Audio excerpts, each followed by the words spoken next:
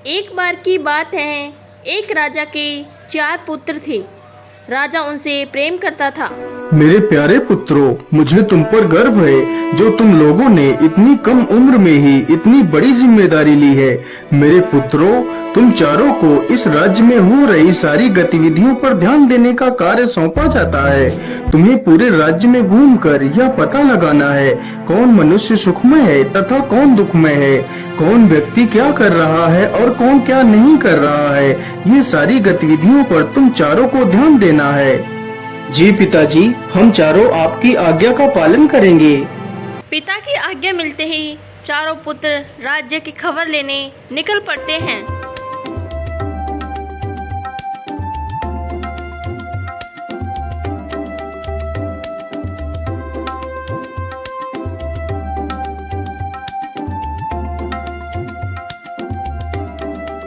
मेरे भाइयों, अब हम चारों लोगों को भिन्न भिन्न दिशाओं में चले जाना चाहिए। जी हाँ बड़े भैया, अब हम लोगों को भिन्न भिन्न दिशाओं में चलना होगा। इतना सुनते ही चारों भाई अलग अलग दिशा की ओर निकल जाते हैं। बड़े भाई का नाम वीरसेन था। वीरसेन चलता चलता एक जंगल में पहुंचता है। वह देखता है कि वहां 4 सुंदर घोड़े एक साथ चल रहे हैं। अरे वाह, यह घोड़े तो कितने सुंदर हैं। मैंने आज तक इतने सुंदर घोड़े कभी नहीं देखे और इनकी नस्ल भी अलग है। लेकिन इतनी ज्यादा आकर्षक घोड़े आखिर किसके हो सकते हैं? इतना कहकर वीरसेन की नजर एक पेड़ के ऊपर नीचे पड़ती है। उस पेड़ के नीचे एक साधु बैठा हुआ था। अरे, ये साधु कौन है? कहीं यह घोड़े इस साधु के ही तो नहीं हैं? चलो इससे चलकर पूछता हूँ।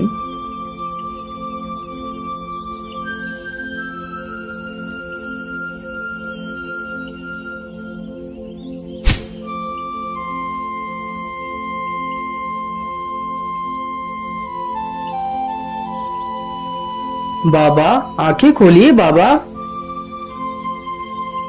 कौन हो तुम और तुम इस जंगल में क्या कर रहे हो? बाबा, मेरा नाम वीरसेन है और मैं इस राज्य का राजकुमार हूँ। मैं अपने संपूर्ण राज्य का भ्रमण कर रहा हूँ। आखिर हमारे राज्य में कौन क्या कर रहा है? अच्छा, तो आप एक राजकुमार हैं? जी हाँ बाबा, मैं एक राजकुमार हूँ। बाबा, ये जो 4 घोड़े मैदान में घास खा रहे हैं, यह घोड़े किसके हैं? राजकुमार जी, ये चारों घोड़े मेरे हैं। वैसे राजकुमार, क्या तुम्हें ये घोड़े पसंद हैं? जी हाँ बाबा, आपके ये चारों घोड़े अद्भुत हैं। यदि आप बुरा न माने तो मैं आपके घोड़े की सैर करना चाहता हूँ। हाँ हाँ राजकुमार, क्यों नहीं। आप किसी भी एक घोड़े को सैर के लिए ले जा सकते हैं, लेकिन मेरी एक शर्त है। बोलिए बाबा, आपकी क्या शर्त है? राजकुमार, तुम जंगल में सैर करते वक्त जो कुछ भी देखोगे, तुम्हें मुझे उसका मतलब समझाना होगा और यदि तुमने उसका मतलब नहीं समझा पाया तो मैं तुम्हें पत्थर का बना दूंगा। और हाँ, याद रहे, तुम्हें यहाँ पर शाम होने से पहले ही आ जाना है। ठीक है बाबा, मैं आपकी शर्त से। इतना कहकर राजकुमार शेर के लिए एक घोड़ा चुनता है और उस पर सवार होकर चल देता है। राजकुमार चलते चलते एक घने जंगल में पहुंच जाता है। वे वहां पर एक पेड़ पे बहुत सारी तरह तरह की सब्जियां देखता है। उसकी रखवाली जादुई डंडे कर रहे हैं। आखिर ये कैसा जंगल है जहाँ सब्जियां पेड़ों पर उगी हुई हैं और उनकी सुरक्षा या डंडे कर रहे हैं? राजकुमार यह दृश्य देखकर आगे बढ़ता हुआ चला जाता है। राजकुमार चलते चलते शाम हो जाती है और वह सोचने लगता है, अरे, अब तो जल्दी ही शाम होने वाली है। अब मुझे जल्दी वापस चलना चाहिए। इतना सोचकर राजकुमार वापस चल देता है। वह चलते चलते देखता है कि उन पेड़ों पर सब्जियां हैं और डंडों की बजाय वह हंसिया में बदल गई है और हंसिया से वो सब्जी कट रही है। अरे, ये क्या? जब मैं यहाँ से गया था तो ये डंडे बनकर इनकी रखवाली कर रहे थे। अब वही डंडे हंसिया बनकर सब्जियों को काट रहे हैं। आखिर ये सब क्या हो रहा है? मुझे तो कुछ भी समझ नहीं आ रहा है। ये सब देखते हुए राजकुमार साधु के पास पहुँच जाता है। आइए राजकुमार जी, बोलिए, तुम्हारी सैर कैसी रही और तुमने जंगल में क्या क्या देखा? बाबा मैंने जंगल में बड़ी ही विचित्र घटनाएं देखी है। राजकुमार ने जंगल में जो भी घटना देखी थी वह साधु को बताता है। अच्छा, तो तुमने जंगल में ये सब कुछ देखा, तो फिर चलो बताओ मुझे, ये सब कुछ देखकर तुम्हें क्या समझ आया? बाबा मुझे माफ करिए, लेकिन यह सब कुछ देखकर मेरी तो कुछ भी समझ में नहीं आया है। यदि तुम्हें कुछ समझ में नहीं आया है, तो अब तुम्हें शर्त के अनुसार पत्थर बनना पड़ेगा। इतना कहकर साधु उसे पत्थर की मूर्ति बना देते हैं। उधर राजमहल में 3 राजकुमारी थे, चौथा वहाँ नहीं था। अरे राजकुमारों, तुम्हारा बड़ा भाई वीरसेन कहाँ है? वह अभी तक लौटकर क्यों नहीं आया? पिताजी, इसके बारे में तो हमें कुछ भी नहीं पता। हम चारों भाई भिन्न भिन्न दिशाओं में चले गए थे। हो सकता है भैया को आने में अभी कुछ समय और लग जाए। धीरे धीरे रात गुजर जाती हैं, लेकिन राजकुमार राजमहल नहीं आता है। पुत्रों, रात से सुबह हो गई, लेकिन राजकुमार का तो कोई अता पता ही नहीं है। तुम तीनों जल्दी से जाओ और अपने भाई का पता लगाओ। तीनों भाई फिर से निकल पड़ते हैं और भिन्न भिन्न दिशाओं में चले जाते हैं। उसका मंझला भाई वीरसेन था जो उसी रास्ते पर गया। उसने भी जाते जाते 4 सुंदर घोड़े देखे। वह देखते ही रह गया। उसकी नज़र एक पेड़ पर गई तो वहाँ पर साधु बैठा हुआ था और बाजू में उसका भाई प्रताप सिंह अरे भी ये वहीं क्या, पर था। यह और प्रतिमा वह तो कहता है, हूबहू मेरे बड़े भैया की तरह ही लग रही है। कहीं यह मेरे बड़े भैया ही तो नहीं है। चलो इन बाबा से पूछता हूँ। बाबा आंखें खोलिए बाबा, मेरी सहायता कीजिए बाबा। कौन हो तुम और तुम्हें क्या मदद चाहिए? बाबा जी, मेरा नाम वीर प्रताप है और मैं अपने बड़े भैया को ढूंढ रहा हूँ जो आपने यह प्रतिमा रखी हुई है। यह प्रतिमा हूबहू मेरे बड़े भैया की तरह ही है। अच्छा, तो ये तुम्हारा भाई है। इसे मैंने ही पत्थर का बनाया है, क्योंकि इसने मेरे सवालों के जवाब नहीं दिए थे।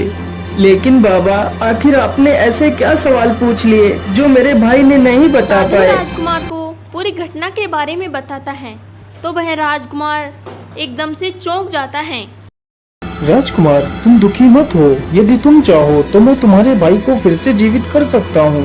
हाँ हाँ बाबा, मैं यही चाहता हूँ कि आप जल्दी से मेरे भाई को ठीक कर दीजिए। हाँ हाँ राजकुमार, मैं तुम्हारे भाई को जरूर ठीक कर सकता हूँ, लेकिन एक शर्त पर। तुम्हें भी मेरे सवालों का जवाब देना होगा।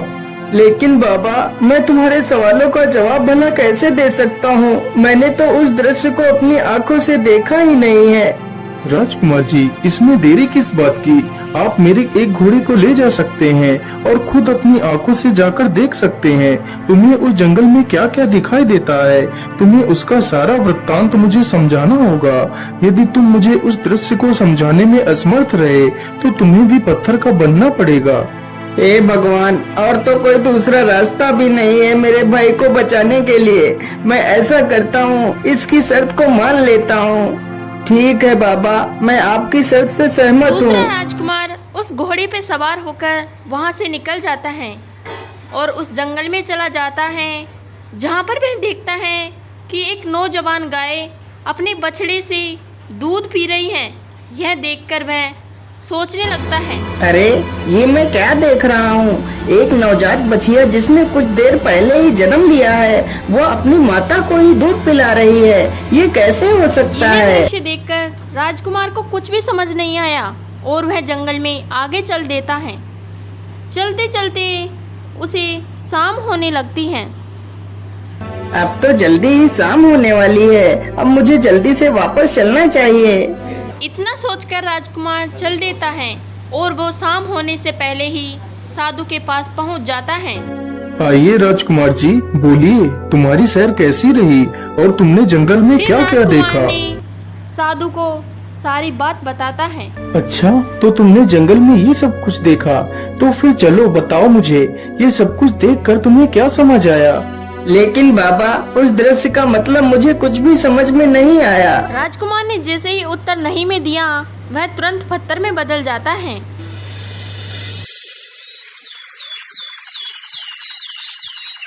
फिर अगले दिन चंद्र और सेन दोनों भाई अपने भाइयों की तलाश में वहां से अलग अलग दिशाओं में चले जाते हैं।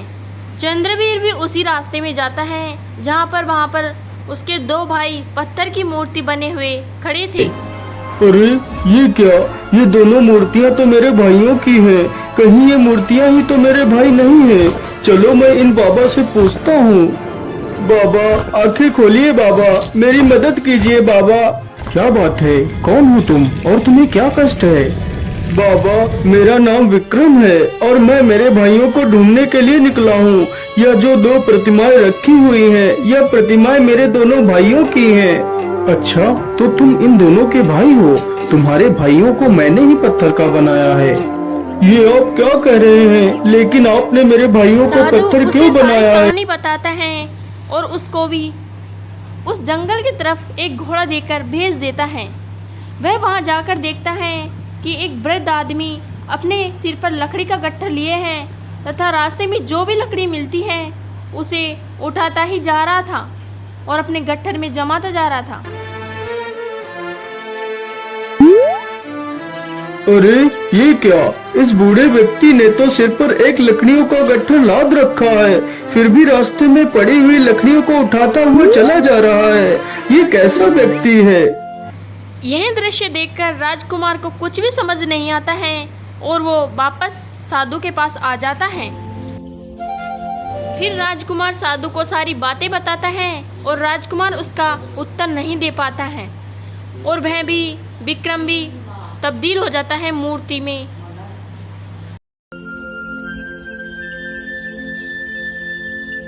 इसी प्रकार राजा का सबसे छोटा बेटा भी उसी दिशा में जाता है जिसके तीनों भाई गए थे।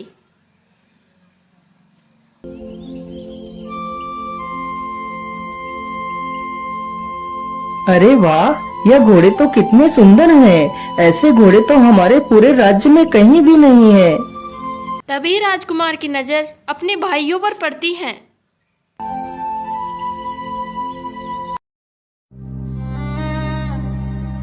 अरे ये तो तीनों मेरे भाई हैं, लेकिन इन्हें तो किसी ने पत्थर बना दिया है। हे भगवान, ये क्या अनर्थ हो गया? मेरे भाइयों को किसी ने पत्थर बना दिया। तुम्हारे भाइयों को मैंने ही पत्थर बनाया है। लेकिन आपने मेरे भाइयों को पत्थर क्यों बनाया है? फिर वह साधु सारी कहानी चंद्रवीर को बताता है और उसे भी एक घोड़ा देकर वहां से जाने को कहता है। चंद्रवीर उसी जंगल में उसी रास्ते पर जाता है। चंद्रवीर भी उसी जंगल में उसी जगह पर पहुंच जाता है जहां पर एक तालाब 3 छोटे छोटे तालाबों को पानी से भर रहा है और कुछ ही देर में देखते ही देखते वह बड़ा तालाब खाली हो जाता है। यह देखकर चंद्रवीर चौंक जाता है और वह साधु के पास जाता है और उसका जवाब नहीं दे पाता है, तो वह भी साधु उसे पत्थर की मूर्ति बना देते हैं। राजा अपने चारों बेटे को गायब देखकर बहुत परेशान होता है और चिंतित रहता है। लेकिन मंत्री जी, ऐसा कैसे हो सकता है? मेरे चारों बेटे एक एक कर गायब हो गए। आखिर वह चारों कहाँ गए होंगे? वह जरूर किसी बड़ी मुसीबत में पड़ गए होंगे। मंत्री जी, हम कल ही अपने पुत्रों की खोज में चलेंगे। अगले ही दिन राजा और मंत्री दोनों जंगल की तरफ निकल पड़ते हैं।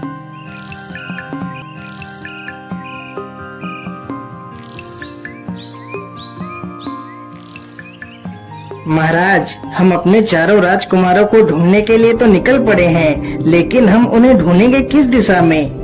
मंत्री जी, मेरा बड़ा पुत्र दक्षिण दिशा में गया था और वापस नहीं आया। यह बात मुझे मेरे तीनों पुत्रों ने बताई थी।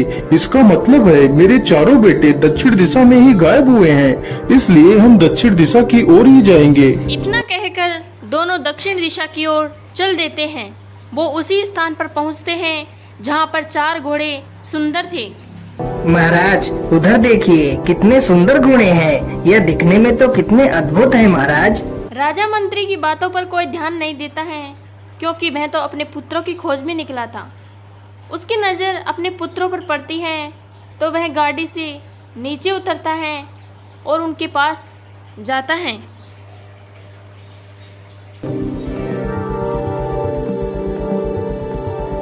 आइए महाराज, आपका स्वागत है। तो ये चारों आपके ही पुत्र हैं। हाँ साधु बाबा, ये मेरे ही पुत्र हैं, लेकिन इनका ये हाल कैसे हुआ है? महाराज, मैंने ही इन चारों को पत्थर बनाया है। लेकिन आपने इन्हें पत्थर क्यों बनाया है? क्योंकि महाराज, आपके ये चारों पुत्र मेरे किसी भी सवाल का जवाब नहीं दे पाए हैं। लेकिन आपने इनसे ऐसे क्या सवाल पूछे हैं जो इन्होंने नहीं बता पाए? महाराज, यदि आप मेरे सवालों के सही जवाब दे दें तो मैं आपके पुत्रों को फिर से ठीक कर सकता हूँ। हाँ हाँ, पूछिए साधु, तुम हमसे कौन से सवाल पूछना चाहते हो? महाराज, मैं आपके बड़े पुत्र का सवाल बताता हूँ। आपके बड़े पुत्र ने जंगल में देखा कि पेड़ पर ढेर सारी सब्जियाँ लगी हैं, जिनकी रक्षा कुछ डंडे कर रहे हैं, लेकिन बाद में वही डंडे एक हंसिया बनकर उनकी सारी सब्जियों को काट रहे हैं। महाराज, यदि आपको भी यह दृश्य देखना है तो आप मेरे किसी भी शाही घोड़े को ले जा सकते हैं। नहीं नहीं साधु, इसके लिए तुम्हारा शुक्रिया। मैं तुम्हारे सवालों का जवाब यहीं से दे सकता हूँ। साधु, इस दृश्य का मतलब है, यह एक ऐसे आदमी की तस्वीर है जिसके पास कुछ पैसा सुरक्षा के लिए रखा गया हो, और जब उस पैसे का मालिक अपना पैसा मांगने आया हो तो उस आदमी ने उस पैसे को कहीं खर्च कर दिया हो या तो फिर कहीं छिपा दिया हो, जिससे उसका पैसा उस मालिक को न मिल सके। राजा ने जैसे ही उस सवाल का उत्तर दिया तो उसका बेटा अद्भुत और सुंदर ताजा खड़ा हो गया था। महाराज, अब मेरा दूसरा सवाल सुनिए। तुम्हारे दूसरे बेटे ने एक नई पैदा हुई बछिया को देखा जो अपनी माँ को दूध पिला रही थी। इस दृश्य का मतलब क्या है? अरे साधु, बड़ी ही अजीब बात है कि उसको यह देखकर किसी ऐसी स्त्री की याद क्यों नहीं आई जो अपनी बेटी की कमाई पर जिंदा रहती हो। राजा यह कहते ही उसका दूसरा बेटा जिंदा हो जाता है। वाह राजन वाह, तुम तो वाकई में कितने बुद्धिमान हो। चलो अब मेरा तीसरा सवाल सुनो। तुम्हारे तीसरे बेटे ने देखा था कि एक बूढ़ा व्यक्ति जिसने अपने सिर पर लकड़ियों का गट्ठर रखा हुआ था, वह फिर भी रास्ते में चलते हुए लकड़ियों को उठाता हुआ चला जा रहा था। इसका क्या मतलब हो सकता है?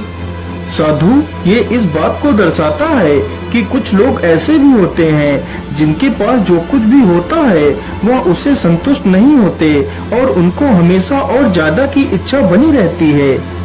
राजा का उत्तर सुनते ही तीसरा बेटा भी जीवित हो जाता है।